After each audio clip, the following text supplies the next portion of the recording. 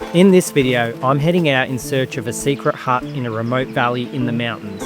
I want to camp out here with only traditional gear that a bushranger from the 1800s would have had access to. I dodge snakes, go fishing, find an abandoned mercury mine, swim in a very secluded river and cook up a roux stew, all while exploring the rich history we have in Australia around the bushranger. Bushrangers were outlaws known for their stealing and robberies from the late 1700s to late 1800s. These hardy bushmen were known for their skills out in the wilderness, sometimes living solo, but often joining up in notorious gangs. They were known for shootouts with the local police and often came from an Irish convict background, critical of some of the tyrannical tendencies of the British colonial system. I want to learn more about their way of life. Who were these men? Were they heroes or villains? And mostly, how did such men survive in harsh country here in the Australian bush?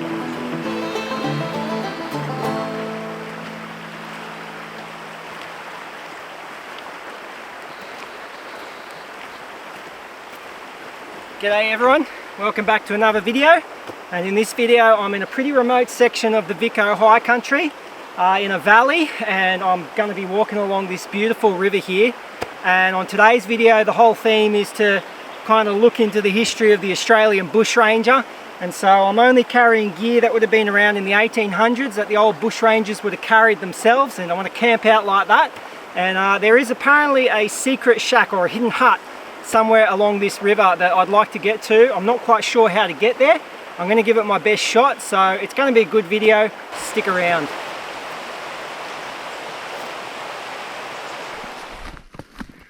So I'm actually walking on a horse trail, which would make sense for a bushranger because they'd be following the horse trails through the bush. Now, I'm going to show you my gear a little bit later on in this video, but there's two pieces of equipment, you could say, or essential gear that I don't have with me that the old bushrangers would have had, and that's a firearm and a horse.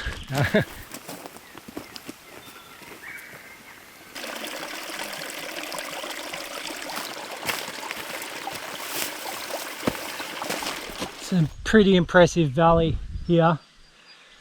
It is incredible. And this whole valley was actually mercury mining country back in the late 1800s, early 1900s. So there's quite a lot of remnants here of old mining equipment, and even this hut that I'm trying to aim for was an old hut for the miners back in the day. I'm sure a bushranger would be happy to hide out in a hut like that though. You really feel hemmed in by the mountains in this valley. It's pretty epic, I have to say.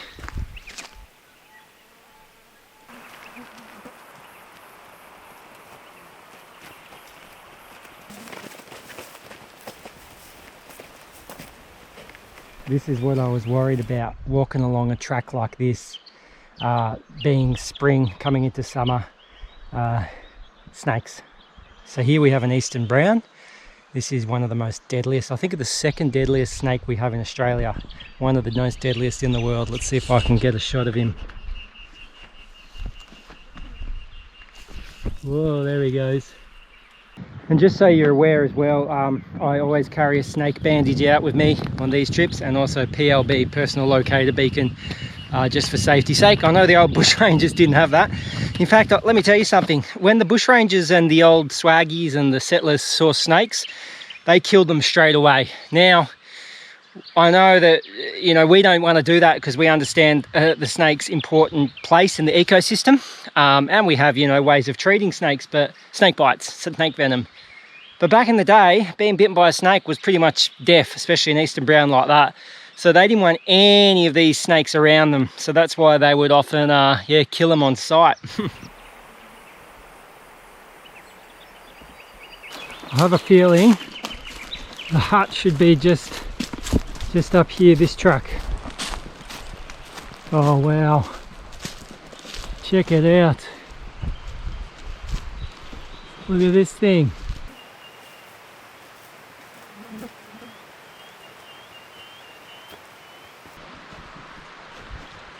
Awesome.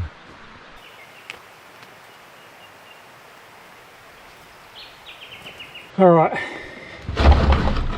let's check it out.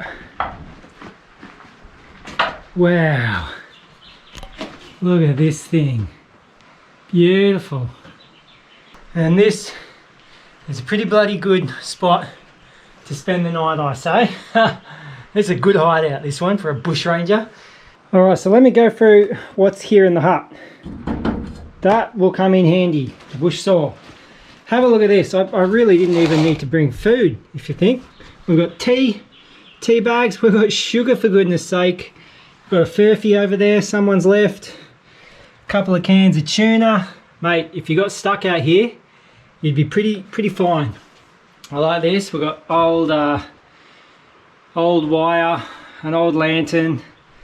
This looks like candles. They're pretty old. There's not many left. Wow. Oh look, I didn't even see up here. We've got a ladder. We've got some mattresses. I mean, they look pretty bloody haggard, but I could lie on a mattress here tonight. That'll be comfy. Mate, look at this.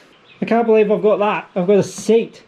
I've got a little table. I've got buckets. Mate, I am set. I am absolutely set. I didn't expect it to have this much stuff. Look at this. I've got mugs. I've got frying pans. I've got billies. I basically didn't have to bring anything, really. One thing I love about this is they've actually put all this mesh right around the whole of the hut, which means that mice and snakes potentially couldn't get in. Mind you, that door was open when I came, so there could be stuff in here. This area had a hut dating back to the late 1800s, when quicksilver mercury miners would find shelter and warmth when working in this remote valley. The original hut burnt down long ago in a bushfire, but this current shelter was rebuilt with the materials that remained and is a testament to the bush skills of the old timers who lived in this harsh environment, and is a perfect place to stay the night.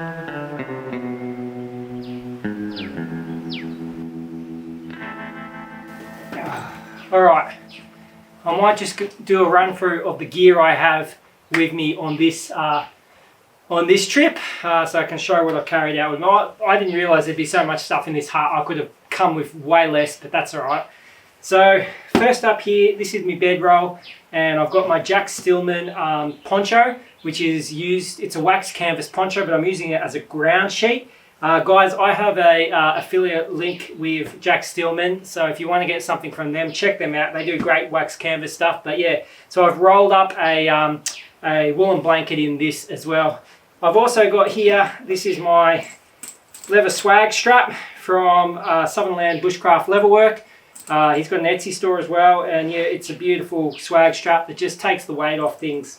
Now, I want to give a shout out to Dave, who has his own channel as well, from New Zealand. I'll put a link in the description.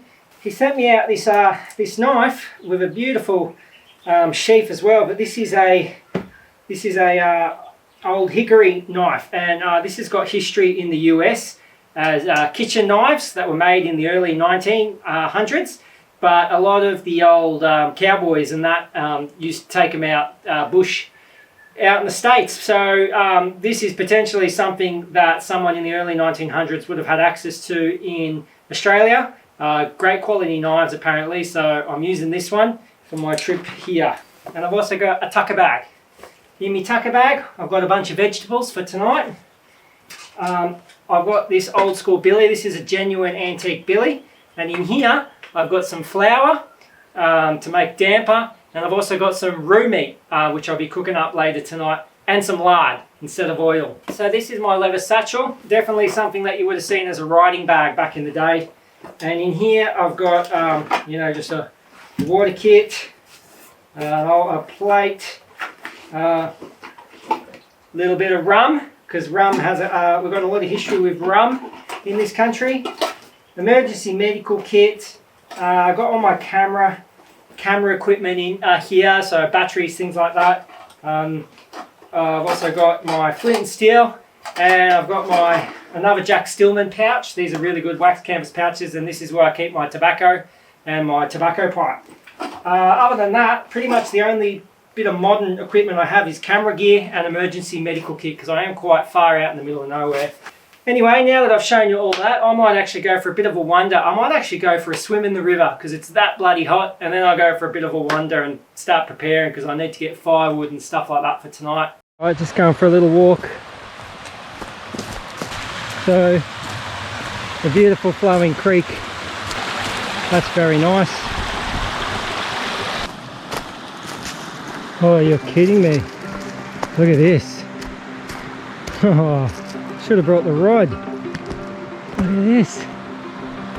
Oh, that is beautiful.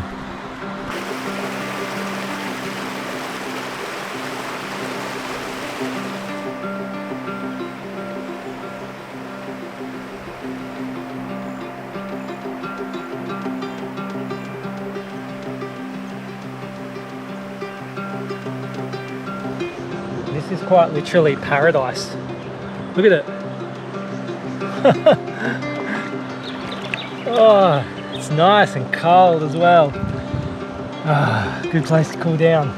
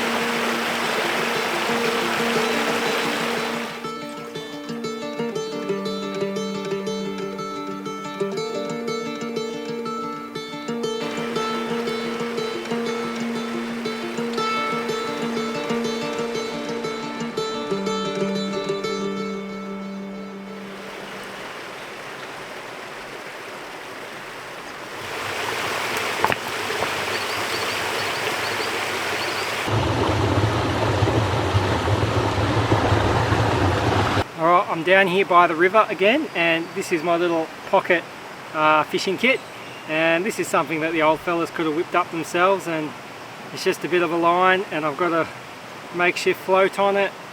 I'm going to put a worm on this, and then I'm going to throw it where this little stream flows into this main river, because I reckon that's where trout are going to be feeding. So this is where I want to set it.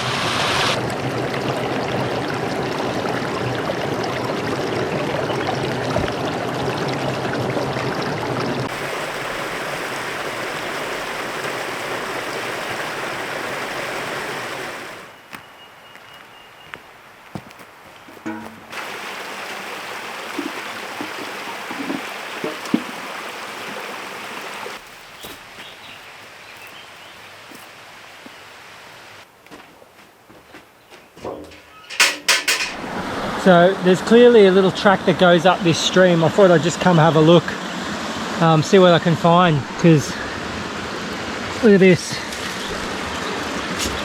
Clearly old mining relics. Let's see if there's anything else up here. Oh yeah, for sure. Look at this. This was a track, possibly for horses, cut into the side of the stream, maybe to be able to cart down the mercury that they were mining. Yep. Have a look at this. All my old mining equipment from back in the day. This is impressive. Obviously they've cut away here. Oh, this is cool. Have a look at this. Wow.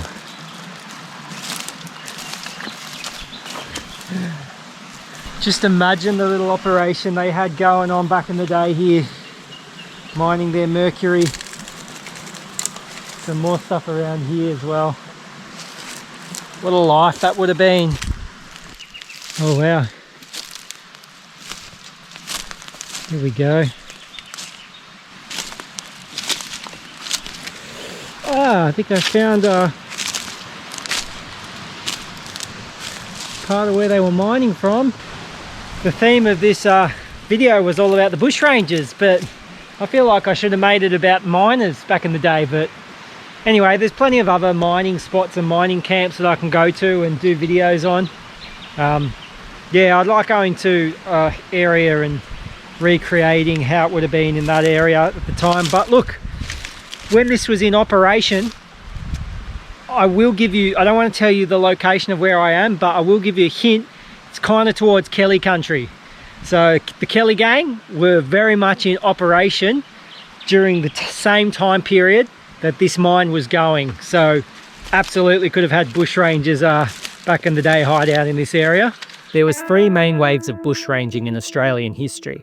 The first wave in the late 1700s came from disgruntled escaped convicts during the early establishment of the penal colony, who were looking for a way of life outside of basically being chattel slaves in the new settlements. The second wave of bushrangers in the mid-1800s came as a result of the gold rush taking place and an increase of riches being transported along bush roads, easy pickings for a bushranging gang. The last and final wave of bushranging occurred in the late 1800s with the Kelly gang, targeting horses and banks, as well as having a distinct anti-British colonial flavour to them. So before I get a fire going, I thought I'd just have a little bit of a chat about the Australian bushranger, since that is the theme of this video.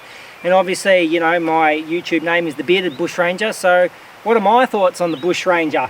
Well, in Australian folklore, you know, we have these great stories of the bushranger. It's kind of like, you know, our Wild West outlaws that the US states have. We have the Australian bushranger, the hardy folk who are out there, out in the wilderness, yeah, robbing folk and running away from the law. And look, we have common bushrangers that many people know about, like Ned Kelly and the Kelly gang, Mad Dog Morgan, Ben Hall. These are some famous bushrangers that people are aware of. Now, bushrangers in Australian kind of culture and our mindset, there's differing views on them. Some people view them as heroes, almost Robin Hood type figures who gave back to the poor, and they had a lot of support, and they see them as these kind of vigilantes in a way, and they were standing up to the tyranny of the British colonial system. Other people see them as violent criminals, murderous people who shouldn't be celebrated at all. So what do I think? Well, look, it really comes down to individual cases. Like all things in history, it's complicated and it's messy. You know, you have some great characters like Matthew Brady from down in Tasmania and Captain Thunderbolt, and these guys were both known as the Gentlemen's Bushrangers because they were very courteous and polite, and they had a lot of public support. They were very insistent on never hurting women and children, and they would actually stand up for women and children when other bushrangers were hurting them. So yeah, these are interesting bushrangers who you kind of feel like you could have a lot of sympathy for. Other bushrangers, again in Tasmania. Tasmania was obviously one of the first convict settlements, and a lot of escaped convicts became bushrangers, and there are some terrible bushrangers there, like Michael Howe and Thomas Jeffrey, who was nicknamed the Monster, and they committed violent crimes against innocent people, terrible crimes against women and children, and they had no public support. In fact, the public were just desperate to get their hands on them to commit mob justice against them. So, you know, these are men who, you know, even though it's good to learn about the history, they're definitely not bushrangers that you'd admire. And then it's interesting how bushrangers and our indigenous history mingle together as well. So many bushrangers committed terrible crimes against the indigenous, but there are other bushrangers who actually teamed up with the indigenous to fight against the British colonial settlers, which is interesting. And you actually have cases of indigenous bushrangers like Mosquito up in New South Wales. He was more of a freedom fighter. And Johnny Campbell up in Queensland as well. So yeah, you had indigenous bushrangers as well. It's just a fascinating history, you know, and I think it's something we should learn about. And you can admire some of the bushrangers, and you can say, look, there's some of the things that they did is pretty cool to learn about, while also not condoning some of the violent crimes that they committed. And nonetheless, it's our Australian history. It's something we should learn about.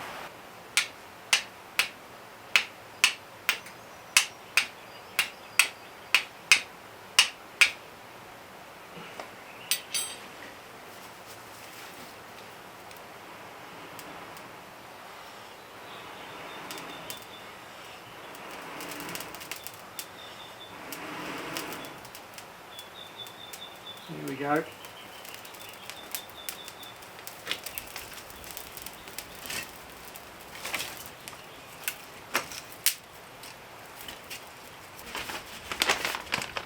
I have in here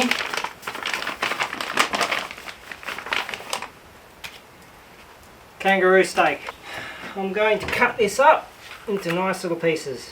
And obviously the reason I went with kangaroo meat, as you can imagine, there would have been lots of kangaroo for shooting and hunting back in the day. I definitely ate kangaroo, but apparently wallaby was a favourite, but yeah, not possible to get your hands on wallaby meat. Now to go with it, I have onion, carrot, cherry tomatoes, baby potatoes, and a bit of garlic. The idea of this is that you would have had these ingredients growing in the settlements back in the 1800s. So these are the veggies I decided to go with. Also got lard instead of oil, because that's what they would have used back in the day.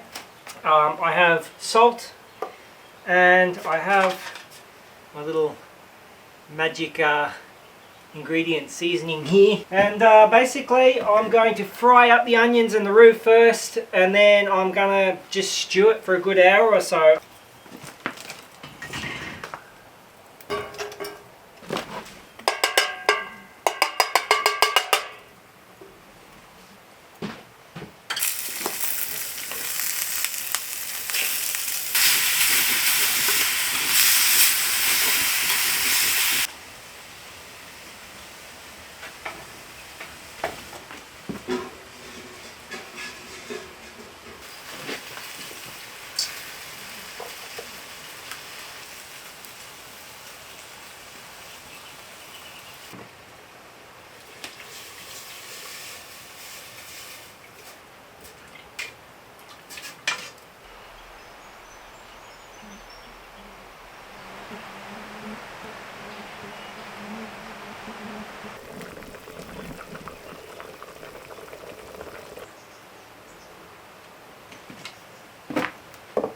Oh, that smells so good.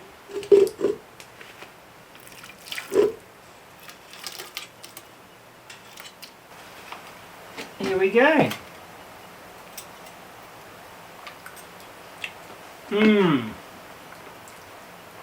Nothing like a bit of roux stew when you're out in the bush.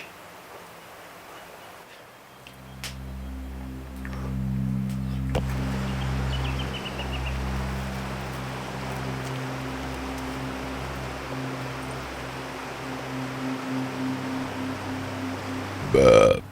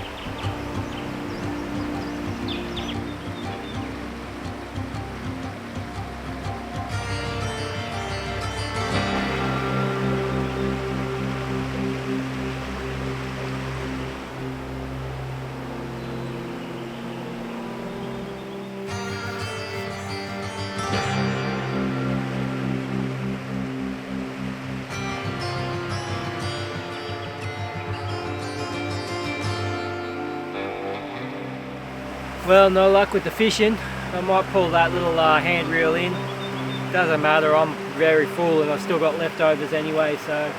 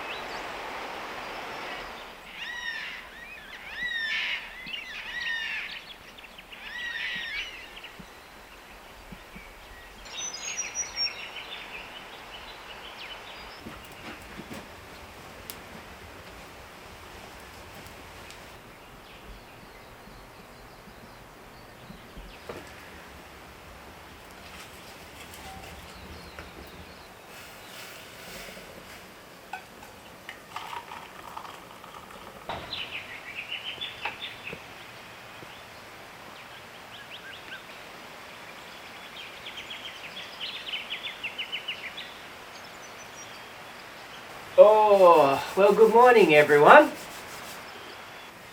Now, Australian damper is simply made with a bit of salt, a bit of flour and a bit of water, and the simplicity of it meant that the old fellas out in the bush could have a little bit of a bread, bit of a cake, you might want to call it. There you go. There's a little damper ball right there, and I'm going to chuck that in the hot coals and let it cook over the next 40 minutes or so. Put that to the side. I just thought, before I roll up my bedroll, I thought I'd just show you this woolen blanket that a fella named David sent out to me. Now, David is from New Zealand and he has his own YouTube channel. It's called, I think it's called Southernland Solo Outdoors. I might be wrong, but I'll put a link in the description so you can check it out. And he does bushcraft stuff over in New Zealand, and he also loves the old ways as well. Obviously, across the ditch in New Zealand, they have a very similar bushman culture to us. Anyway, he sent me out this old hickory knife and also this woolen blanket just because he's a fan of the channel. So I've got to give a big thank you to David for that. But yeah, obviously New Zealand is quite known for their wool. And yeah, this is a beautiful, I think it's a king size wool blanket, and it also comes with a bunch of safety pins, and these safety pins are basically so you can wrap yourself up in the wool blanket, pin it, and it's almost like a sleeping bag in a way. So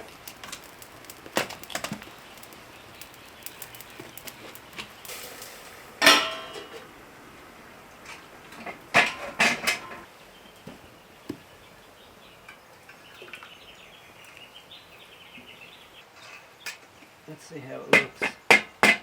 Now that there is a bushman's brekkie, if I ever saw one. Oh, that damper is beautiful. Oh, a bit hot. I tell you what, I wouldn't complain living in the 1800s. I'm a simple man. And as an old bushman once said, hunger is the best sauce. Doing these types of camps help me connect with our heritage here in Australia. For a moment I can get a glimpse into life 200 years ago in this country, when things felt more wild, dangerous, yet free. It's easy to romanticise the story of the bushranger, but the reality is that it was a brutal and harsh way of living. Yet it's our history and something worth learning about. With everything around us steaming ahead into what the future holds, it can be worthwhile to take some time to look back, admire, and learn from days gone by. Keep the spirit of the old fellas alive. I like how people have left a lot of stuff here just to be able to use in the hut, and I was thinking I'd love to give back. I might leave my little pocket fishing reel here for the next person. Hopefully they have better luck catching a trout than I did. So there is a little visitor's book. I've just put a message in here. The bearded bushranger was here. Great little hut. We need to remember the old ways and take care of those things that connect us to our past and our heritage. Left my pocket fishing line. Hopefully the next person has better luck than me. P.S. There are worms bait in the little stream if you dig down.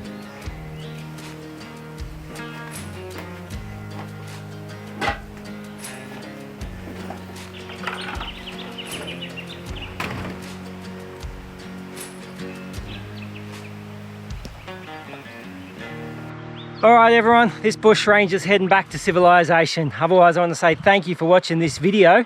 It's really cool just to learn a little bit more about the history of this local area and also some history of the bushranger. Otherwise make sure to subscribe if you haven't, leave a comment and a like, and I'll catch you on the next video folks.